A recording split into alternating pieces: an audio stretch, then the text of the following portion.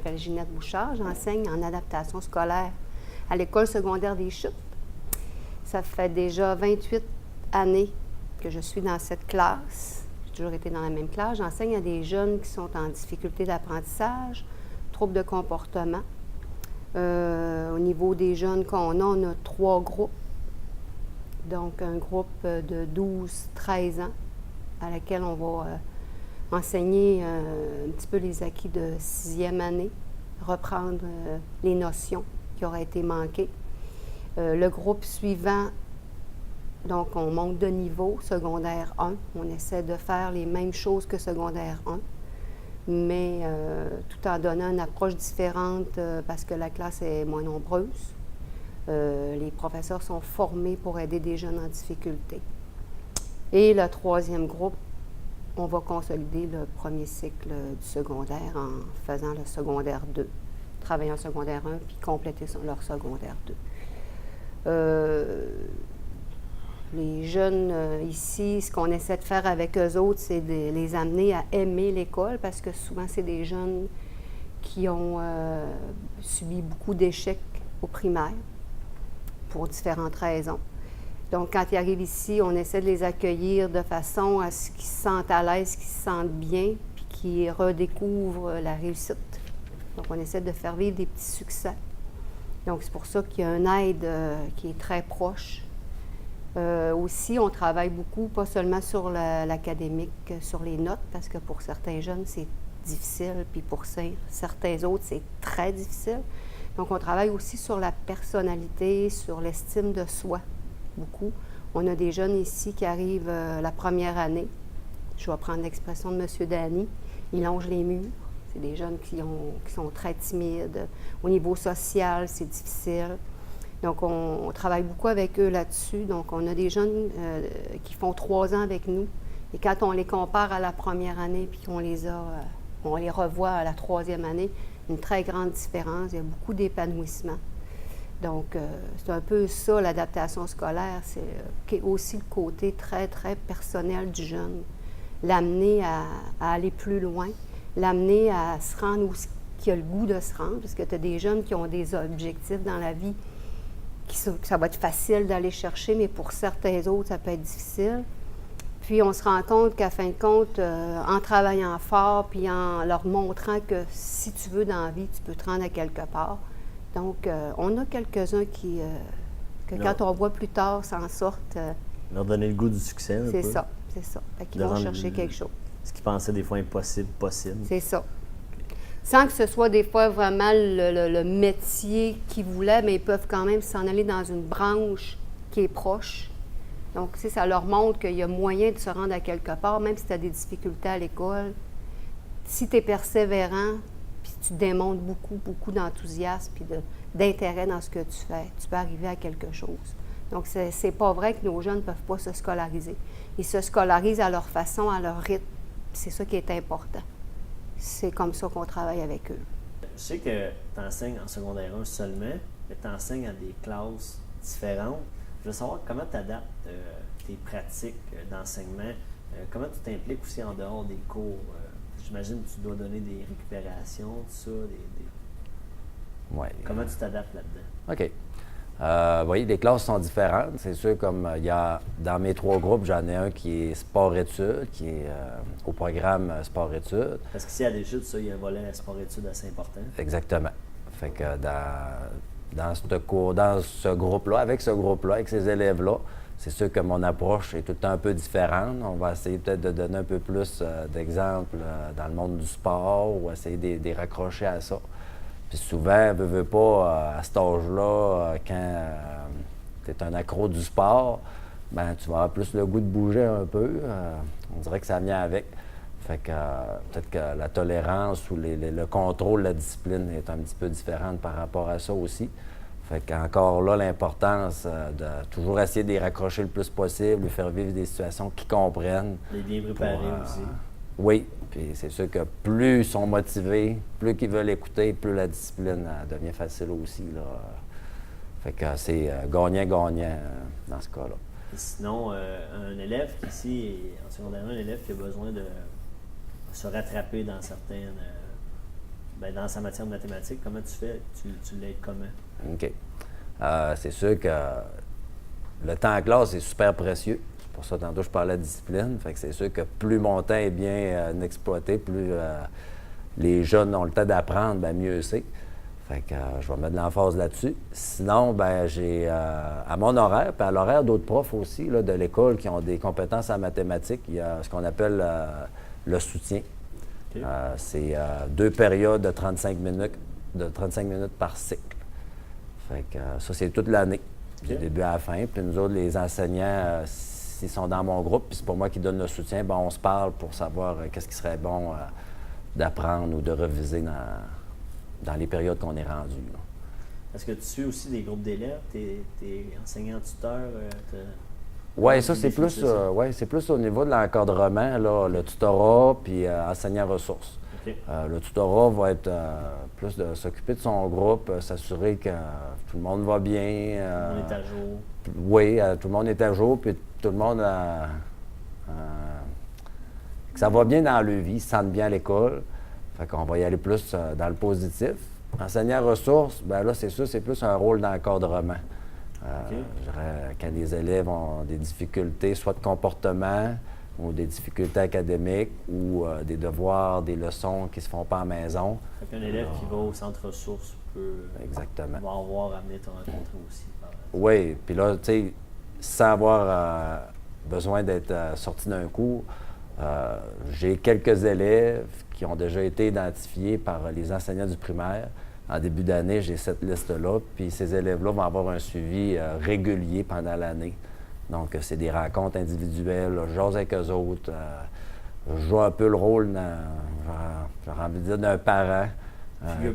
Oui, vraiment, là, essayer de les motiver, de les encadrer, lui donner des solutions pour qu'ils restent accrochés à l'école, puis qu'ils aient le meilleur cheminement possible. C'est que, pour plusieurs, je ne dis pas pour tous les élèves, mais il y en a, tu sais, au niveau de la motivation scolaire, c'est un petit peu plus difficile.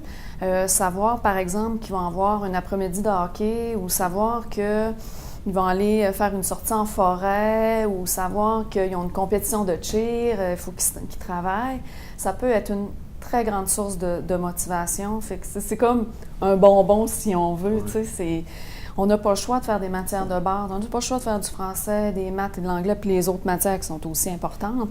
Mais quand c'est eux qui l'ont choisi, c'est qu'on considère qu'ils ont été avec leurs intérêts, avec c'est quoi qu'ils viennent me chercher. Donc, ça peut être une belle source de motivation, mais je veux dire, il ne faut pas oublier, il ne faut pas perdre de vue qu'il y a d'autres matières aussi. Là. La base. Il y a la base, oui. Marie-Claude Tremblay. Oui. Enseignante en adaptation scolaire et en art de la scène ici à la Polyvalente des Chutes. Mm-hmm. J'aimerais ça un peu que tu nous parles du volet adaptation scolaire. À quoi ça sert d'avoir ça ici dans l'école? Et voilà. Oui. Écoute, l'adaptation scolaire, vous avez parlé probablement à Mme Ginette Bouchard, qui est ici depuis des années aussi. Donc, on est une équipe ici d'adaptation scolaire. Puis, ce qui fait notre particularité ici à l'école, c'est qu'on est une des seules écoles de la commission scolaire où est-ce qu'on a des groupes fermés d'adaptation scolaire. On a 3 groupes fermés. Puis, si on pouvait en avoir 6, mais il y aurait de la clientèle pour 6. C'est des élèves qui nous arrivent avec des difficultés, oui, au niveau académique, mais au niveau personnel aussi. Puis, c'est du cheminement particulier, mais ça, le nom le dit, ils ont une façon d'apprendre qui est particulière. Et je dis bien une façon d'apprendre parce qu'ils apprennent tous. Il y a une façon d'apprendre qui est particulière, puis nous autres, on est formés, oui, pour ça, pour adapter notre façon d'enseigner à leur façon d'apprendre. Fait que, dans le fond, le fait qu'ils sont dans des classes spécialisées, ça leur permet d'être plus dirigés, mieux dirigés dans leur étude, dans leur apprentissage. Oui.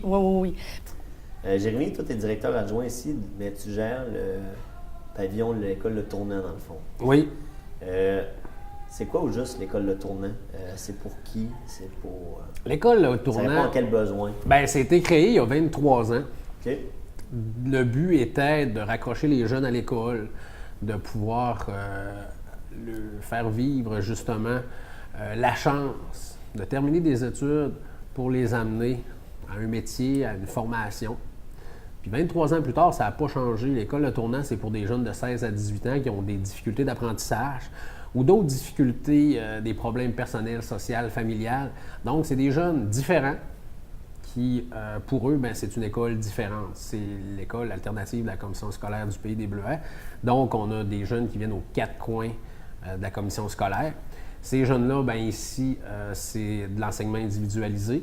Donc, pour eux, à leur rythme, c'est plus facile. C'est une école plus petite où des jeunes sont regroupés ensemble qui ont les mêmes difficultés. Il y a combien d'élèves environ dans l'école ici? On tourne aux alentours de entre 85 et 95 élèves. Cette année, les élèves qui ont passé à l'école de tournant, c'est 118 élèves en 2014-2015 parce que pour finir des cours, des préalables pour aller au DEP, c'est une école en mouvement. Là, c'est une école en mouvement. Donc, je pourrais vous dire que régulièrement, des élèves arrivent, des élèves nous quittent pour aller en formation professionnelle, pour aller à l'école des adultes. Donc, on y va avec du cas par cas. Donc, c'est vraiment une façon différente de voir l'école. Autant, j'imagine, ça demande une bonne flexibilité de vous, en tant que directeur, autant ça demande une bonne flexibilité de tout le personnel enseignant et professionnel de l'école aussi. Oui, puis l'équipe école, je pense qu'il faut être fait pour ça, pour travailler avec des jeunes différents comme ça, puis des jeunes qui arrivent dans nos classes, puis d'autres qui nous quittent. C'est sûr que c'est une façon différente de voir les choses. Puis, honnêtement, c'est pas tout le monde qui serait capable de travailler de cette manière-là. Je vois ton bureau, la porte est ouverte aussi. C'est une raison pourquoi la porte de ton bureau est toujours ouverte? Ou? La porte du bureau est toujours ouverte, sauf quand je parle au téléphone ou quand c'est confidentiel, quand je rencontre un élève. Sinon, les élèves sont toujours les bienvenus ici. Que ce soit pour un problème académique, un problème social ou un conseil, je suis toujours là pour eux. Puis c'est ça qui est plaisant ici aussi. C'est central en plus dans l'école? C'est central, puis que ce soit au secrétariat ou même ici, je pense que les élèves, ils se sentent accueillis, ils se sentent aimés, appréciés. Puis c'est notre philosophie ici. Là. Si on parle aussi du rôle des parents dans le choix, est-ce que tu as beaucoup de sensibilisation à faire ou d'informations à faire aux parents par rapport ici à l'école du tournant, par rapport au rôle de l'école du tournant? Quand on parle d'une école différente, c'est sûr que pour des parents, ça peut être quand même quelque chose, même d'épeurant pour leur enfant.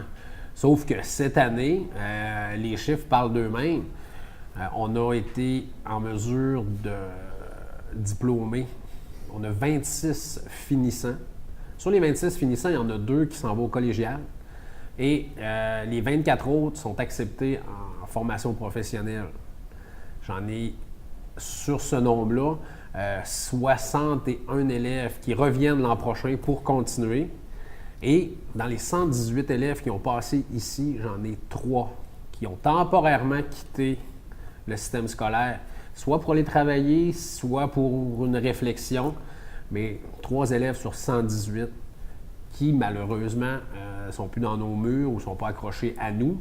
Mais c'est quand même un très, très bon pourcentage. Puis je pense que c'est notre raison d'être ici. Il y a plein d'élèves qu'on a rencontrés, justement, qu'eux, ils vivent des petites réussites au quotidien, puis ça leur permet, justement, de rester accrochés à l'école. Oui. C'est ça que je comprenais. En premier lieu, je pense qu'il faut qu'ils soient bien dans une école. Souvent, c'est des élèves que le système scolaire québécois, comme il est fait, n'est pas fait pour eux. En arrivant ici, première des choses, c'est qu'ils soient bien dans cette école-là. On s'occupe d'eux. On crée des liens significatifs. Puis ensuite, là, on va pouvoir faire de l'école avec eux. Puis on est capable de vraiment voir des belles réussites. Des réussites au quotidien, comme vous dites, des réussites annuelles, mais on voit des réussites. Puis ça, c'est quelque chose qui n'ont pas toujours été habitués à avoir des réussites. Donc, pour nous, c'est vraiment valorisant. Puis encore une fois, notre école est là pour ces jeunes-là. Si on prend un peu un élève typique là, ici de l'école de Tournant, ça fonctionne comment? Je suis un élève, j'arrive la première journée, j'ai-tu des cours à tous les jours, j'ai-tu des cours juste le matin, les soirs? Ça fonctionne comment mon rôle d'élève ici dans l'école? On est une école plus souple où les règles sont moindres qu'une école régulière, sauf qu'on demande qu'elles soient respectées à la lettre. L'élève qui arrive ici va avoir un horaire régulier, mais on va y aller avec du cas par cas selon sa situation, selon aussi son but de carrière. L'élève qui doit avoir des préalables pour aller dans un DEP, on va fixer le but de ces préalables-là. D'autres élèves vont devoir avoir le diplôme d'études secondaires, donc tous les cours préalables pour atteindre leur but, encore une fois. Puis d'autres élèves, bien, que malheureusement, ils n'auront pas pu terminer à temps avant l'âge de 18 ans. Ils vont les terminer aux adultes. Le temps, c'est relatif. C'est une question de temps. Ils vont réussir quand même, juste dans un plus long laps de temps. Pour ce qui est de l'horaire, bien, c'est sûr qu'ici, français, maths, anglais, modulaire, mais on a des options, l'ébénisterie, les arts, on a de la cuisine, on a de l'éducation physique, on a l'histoire et les sciences pour l'obtention du diplôme d'études secondaires. Par culture générale, ça peut être par intérêt. Donc, on offre quand même une bonne diversité de cours qui, justement, aident les élèves à se sentir bien à l'école. Puis c'est une raison pour se lever le matin. Puis si ça peut les motiver, tant mieux. Parce que là, il faut faire la différence. Ici, l'école de tournant, c'est pas une école d'adultes. Non. C'est une école secondaire adaptée. C'est une école, justement, 16-18 ans. On peut les avoir jusqu'à 18 ans. Donc, c'est adapté à eux. Puis le but, bien, c'est vraiment les envoyer vers une formation en formation professionnelle, les diplômer. Mais sinon, bien, qu'est-ce qu'on fait? On fait le pont avec l'école des adultes pour qu'ils puissent poursuivre à l'éducation des adultes dans le but, justement, d'avoir une formation postsecondaire. En terminant, ça serait quoi une belle réussite là, en tant que directeur aussi de l'école de tournant que tu as eu dans tes 14 derniers mois? Dans les 14 qu'est-ce que tu as vu comme derniers mois, en termes de réussite, je pense que les chiffres que je vous ai dit tantôt, c'est les chiffres qui me rendent le plus fier. Oui, ce ne sont que des chiffres, mais en arrière de ces chiffres-là, bien, c'est des réussites, c'est des sourires, c'est des jeunes qu'en arrivant ici, ils n'auraient jamais pensé atteindre ça. C'est des jeunes où leur première journée au tournant, puis leur dernière journée au tournant, c'est des jeunes qui ont fait des pas, qui ont avancé, puis qui sont arrivés ici, puis qui sont devenus des hommes, des femmes prêts justement à avoir des études postsecondaires, puis pouvoir travailler, puis être heureux, avoir du succès. Je pense que c'est ça qui est le plus valorisant. Puis qu'est-ce qui s'en vient prochainement pour le tournant? Y a-t-il des choses, des projets qui s'en viennent? Bien, pour le tournant, c'est sûr que côté projet, on est toujours en évolution. On a toujours des projets. Des projets, c'est ça qui accroche nos jeunes. C'est ça qui les permet justement beaucoup de les motiver, de leur faire connaître des réussites, puis aussi bien, de se développer, d'apprendre. Donc, c'est pour ça que des projets, on en a un puis plusieurs, sauf qu'on va les vivre un à la fois. À travers, parce que moi, je fais aussi les tournées d'approche orientante, là, je vois les élèves de secondaire 3, secondaire 4, secondaire 5 et de l'adaptation scolaire, pré-PEP, PEP, c'est des enseignements individualisés, là. Je vois ces élèves-là, puis j'essaie de les accompagner, puis de les faire grandir, soit par l'entrepreneuriat, soit dans leur orientation, leur projet personnel d'orientation aussi. Puis donc, l'école autrement, oui, ça se peut. Et j'y crois beaucoup, beaucoup, beaucoup, beaucoup. Même, je crois que le modèle de l'école actuelle est complètement dépassé. Donc, je pense qu'il va falloir s'ajuster parce que ces jeunes-là, ils ont la technologie en main aussi. Puis ils ont le goût de réussir. Ils ont le goût de réussir comme les autres, puis ils n'ont pas le goût d'avoir des échecs, puis ils n'ont pas le goût d'être des losers, en guillemets. Ils ont le goût aussi de Ils ont la capacité. Oui, beaucoup, beaucoup, beaucoup. Puis ils sont vraiment, vraiment plus ouverts que nous, que moi. Moi, c'est sûr, je suis vieille, j'ai 52 ans. Mais eux, là, sont vraiment plus ouverts, authentiques, ouverts sur le monde que nous. Et ils peuvent arriver ici, dans la classe, me confier leur vie privée. Moi, je n'aurais pas fait ça à un professeur, là. Donc, eux, c'est plus spontané, c'est plus... mais c'est fait avec autant de respect, même si c'est plus familier que dans mon temps, mais ça n'enlève pas le respect. Parce que des fois, peut-être vu de l'extérieur, les gens vont arriver et vont dire « Mon Dieu, les élèves te parlent comme ça », mais les élèves, pour eux, c'est pas mal parler, me tutoyer ou... Vous parlez de lien aussi, développer un lien de significatif auprès des élèves, fait que le respect se bâtit à travers ça aussi. Oui, je pense que oui, puis je pense que quand ils savent... qu'on est là pour eux, ils sont là pour nous aussi. Hein? Ça fait que moi, quand je cherche des bénévoles, j'ai tout le temps 50-60 noms qui viennent me voir. J'ai tout le temps des bénévoles pour tout. C'est la loyauté des deux côtés. Ça, on parle d'implication bénévole, ça, c'est de l'implication aussi. Un élève qui s'implique bien dans son école, j'imagine aussi, a plus de chances de Oui. réussir. Oui, beaucoup plus de chances de réussir. Puis aussi, c'est au niveau de la motivation. Quand tu es engagé dans ton école, puis que tu fais du sport sur l'heure du midi, puis que, admettons que tu vas t'impliquer dans une activité ou dans un comité avec Carole Ménard, l'animateur de vie étudiante, bien, c'est sûr que ton midi, il va passer vite, puis tu vas être beaucoup plus motivé à venir à l'école. Quand tu n'as pas d'activité, puis que tu n'as pas trop d'intérêt, puis que tu es comme un peu laissé pour compte, c'est pas intéressant. D'ailleurs, on travaille à aller chercher les gens qui longent les corridors.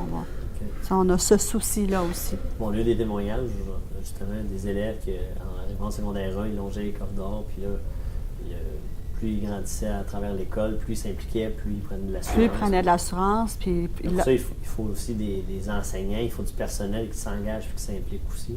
Oui, mais je pense que notre école, on est bon là-dedans. On est vraiment bon pour amener l'élève à aller plus loin, puis on leur donne des possibilités de. Flavie, dans le cadre de ton travail, j'imagine que tu t'impliques sur différents projets, différents programmes qui vont emmener les élèves à se réaliser de plein de façons. J'aimerais ça que tu nous en parles un peu de tous ces programmes-là, tous ces projets-là. Bien, en fait, on a tout dépendamment des volets qu'on va prendre, il y a différents projets qu'on va faire dans les écoles. Je pense aux activités comme on a de Décroche l'avenir, élève d'un jour. On accompagne les jeunes à aller dans des milieux de travail. On fait venir des travailleurs dans le milieu.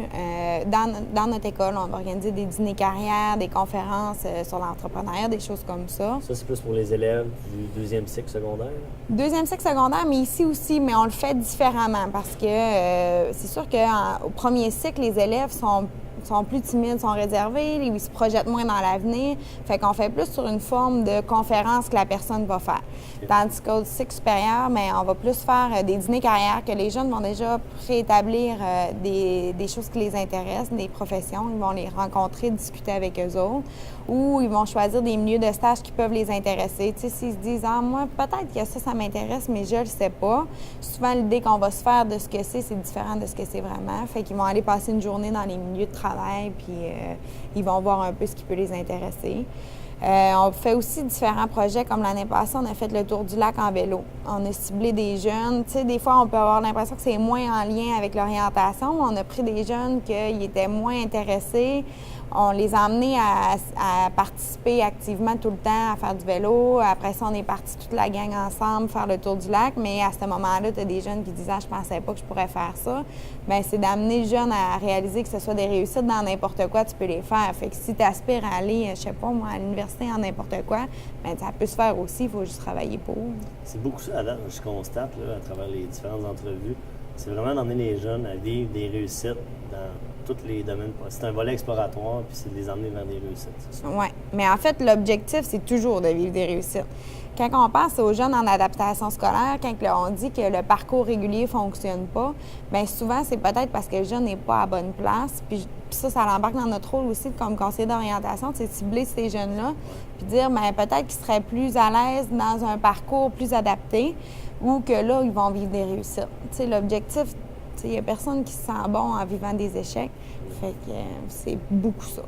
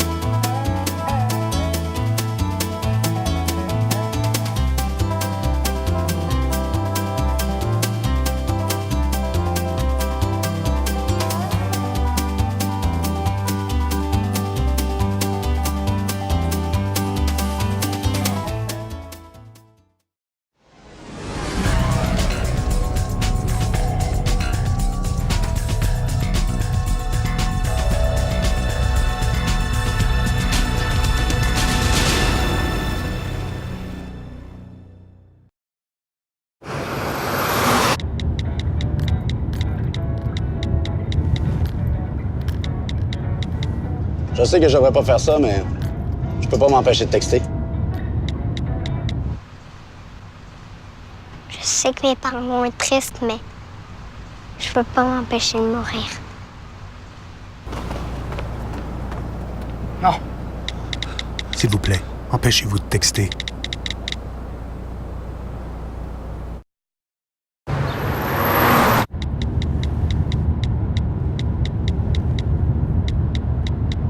Je suis pas censé faire ça, mais je peux pas m'empêcher de texter. Je suis pas censée quitter mes enfants, mais je peux pas m'empêcher de mourir.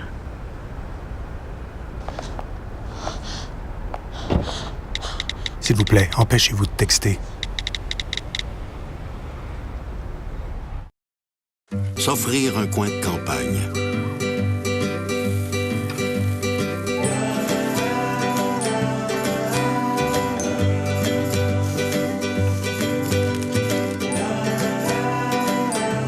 Quel que soit votre projet d'avenir, placez-le en lieu sûr avec les obligations à taux progressif d'Épargne Placement Québec pour votre CELI. Parlez-en avec l'un de nos agents d'investissement au 1-800-463-5229.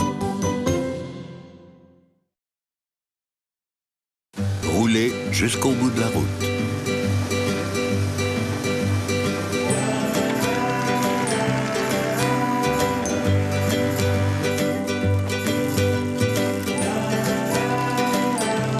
Quel que soit votre projet d'avenir, placez-le en lieu sûr avec les obligations à taux progressif d'Épargne Placement Québec pour votre CELI. Parlez-en avec l'un de nos agents d'investissement au 1-800-463-5229. T'as pris de la drogue. Tu ne devrais pas conduire. Tu vas te faire arrêter. Les policiers peuvent détecter toutes les drogues. Mais comment ils peuvent savoir que je suis gelé? Muchacho, ta façon de marcher, tes yeux, ta lenteur. Et puis, je te ferai remarquer que tu parles à un pigeon. Chez toi, je prendrai un taxi.